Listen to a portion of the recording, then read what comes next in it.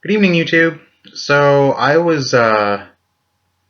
spent my entire evening putting together some videos for Shanghai style Mahjong, and I realized halfway through the second one that I didn't actually cover all of the rules in the first one, and then I kind of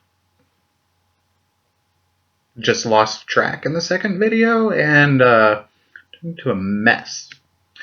So I do have actually a link in the description below for a PDF of the rules and scoring for Shanghai. If you're interested and you want to check that out before I redo those awful videos, I don't know what I'm doing. If you want to look over those before I get to the videos and familiarize yourself with it, then hey, you'll be a step ahead. So I probably won't have free time to do videos this weekend. I'm working during the day on Saturday. I have an engagement in the evening, and my fiance and I only see each other on Sundays, so I doubt he wants me doing videos about Mahjong all day when we could be having brunch. So I will be working on making sure that I have all of my videos mapped out. Gonna script them, set up a lesson plan, get that together, give myself some direction on those, because I thought I could just fly by the seat of my pants, and oh, no you cannot. So if you want to see a pro do it, don't watch me. Go to MahjongCentral.com or Mahjong Central here on YouTube. I'm not affiliated with Mahjong Central. I should have disclosure on that because I shout out pretty much anything I do Mahjong related. Michelle is a pro, and she knows what she's doing. She's been teaching for a long time. I've picked up from her channel, from her website, and on another website she was actually mentioned by another blogger. I cannot remember the name of the blogger, but they co-authored Mahjong: The Art of the Game, which is a book that I want to get because the illustrations in that book look amazing. And she was mentioned in a blog post from way back in 2012 or 2014. It was an even-numbered year that was not 2016. 2018 has not happened yet, so there are no blog posts from 2018. But she is the one that taught. By watching her videos, I learned American style, I learned Hong Kong style. She has a lot of videos on Japanese reach. And I figured I would fill in a gap with another style, which is Shanghai, and that's why I was going to do these videos, until I realized that it's a lot harder to put together instructional videos than it looks. So this is a good shout out for you, Michelle, over at Mahjong Central. You rock. You're awesome. I don't know how you do it. And your publishing schedule, I don't know how you do it. I'm just trying to put together 4 videos to upload to illustrate the style of Mahjong that I learned, and I just spent 2.5 hours on video that now I have to delete because it's pretty much garbage. It is pretty much garbage. We're just going to throw it in trash and we're going to start over. But it is November, National November Writing Month, NanoMamo, which I normally do every year. I write things that no one will ever see because I think that I'm a garbage writer until someone actually reads it and they're like, oh, that's good. And I'm like, oh, okay, well, I'm not interested in that anymore, so I'm not going to work on it anymore. So this year, instead of doing National November Writing Month, I'm doing NanoMamo, National November Mahjong Month. It is my goal to have, by the end of November, not only my tutorial videos on Shanghai style, I am also going to have demonstrations of Shanghai solitaire. I am going to have demonstrations of Shanghai strategy. I'm going to have a PDF written up similar to the rules that detail strategy and additional concerns in gameplay. And depending on what type of feedback I get, I've got a pretty tiny channel. I think maybe 2 followers. I don't know. But I force this stuff on people that I know in real life. So depending on feedback that I get, either through YouTube, through Facebook, in person, I will also hope to have updated and revised the rules for the Shanghai style and have a more permanent version of the rules up. Even though they've already been edited and playtested several times, I think they're pretty solid, but there's always room to grow and modify. And since there's really no resources online for Shanghai style whatsoever, I don't know. I guess we're going into uncharted territory as far as editing and improving. But this is the style of play that was taught to me.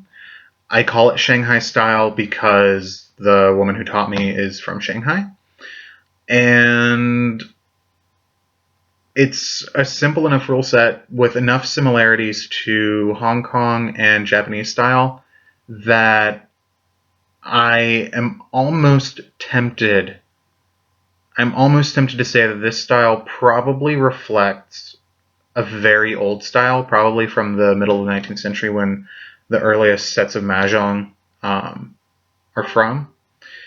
And so when you play it, when you look at the scoring, when you look at the gameplay, it is very, very clear where some players might say, well, maybe we need a hand limit, or maybe we need a hand minimum.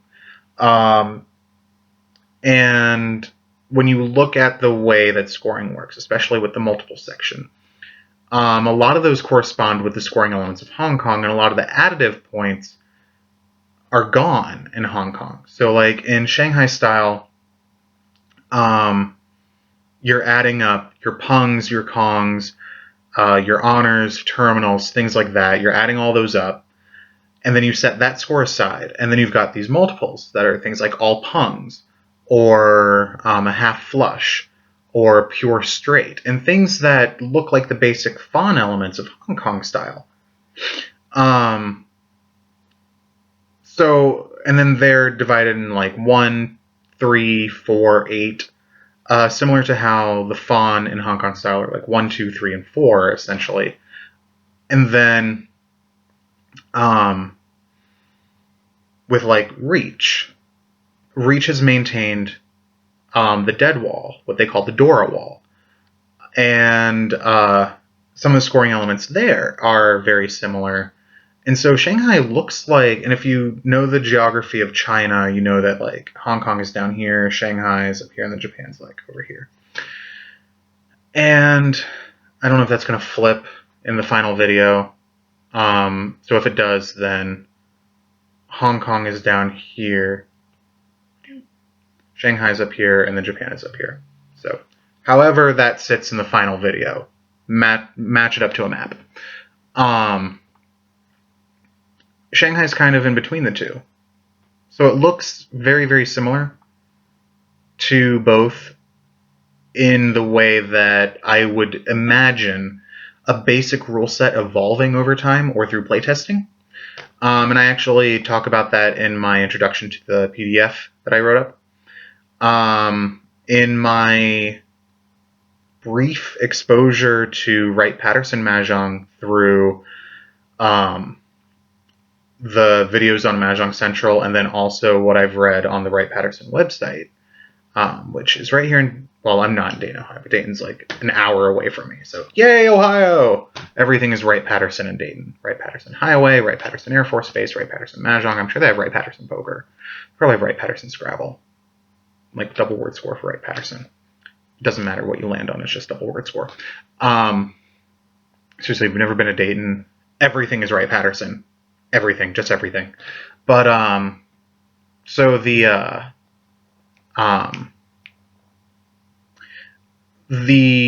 type of scoring in Wright-Patterson is very similar to what was in my source book that I used to sort of refresh what was taught to me and organize it.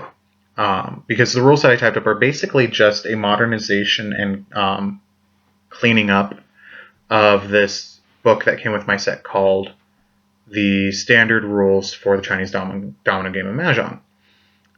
Tom Sloper over at Sloperama,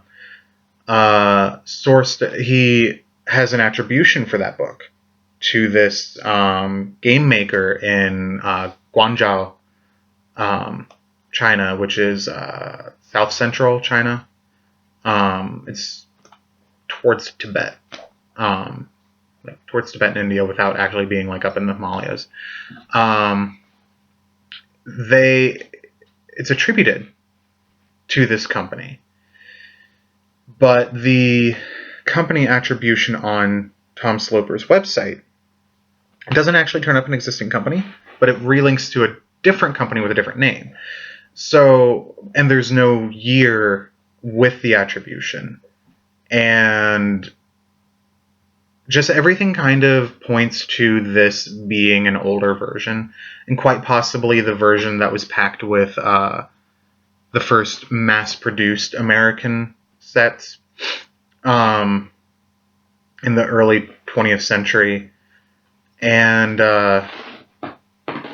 it seems to have elements that go in all these different directions.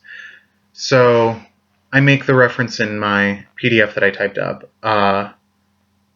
that for most games nowadays we call this adjustment period, where you take the basic rules and you develop them and you handicap players' abilities to do certain things, or you enhance the gameplay to make it possible to do other things. We call it playtesting now, but for Mahjong that's called history. And the more research I've done, the more gameplay I've done, the more types that I've learned, the more I think that this style is indicative of a very historical version. So I attribute that also to why there's a lack of information about the type that A, I learned, and B, is described in this little yellow book. And quite possibly it's not a common style anymore. And I've not been to China, but I would be interested to go to Shanghai and find some people playing Mahjong and just kind of observe how they're playing and learn their scoring system to see how close it is. Maybe it's not. Maybe this is some random crazy version that got cooked up in my head. Maybe. I don't know. Between a mix of the Yellow Book and the Old Lady. I really don't know. But either way, it's a fun, fast-paced version that I need to devote a lot more time to filming tutorials for, because I did not do a good job today. So by the end of the month, that's the goal, to have those up, to have some videos of strategy discussion, to have some videos of solitaire playthroughs, and to have another PDF drawn up that actually really does go into strategy and ideas on playing and what you should be targeting for. That's the NanoMamo goal that I may not hit, only because laptop in the lab. Only because very likely I would need to actually get like graphical images to put up with textual descriptions of things, and sourcing those will probably take some time. Sourcing stock photos can take a really, really long time. I'm part of a nonprofit, and every time that we put together a flyer, I spend days putting it together because I can't find the stock photos that I want. I don't really have the need for a subscription stock photo like stockphoto.com. I'm blanking on the names of stock photo websites.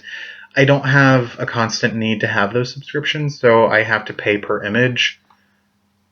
And since images can run anywhere from $1 to $50 an image, depending on the source, who's in it, who touched it, really any kind of licensing associated with it, finding the good images takes forever. So the strategy PDF might take a little bit longer, but I figured I would go ahead and throw this video up on my channel, give you guys an update on what I'm working on, what I'm working towards, and what I hope to accomplish. So next week, there's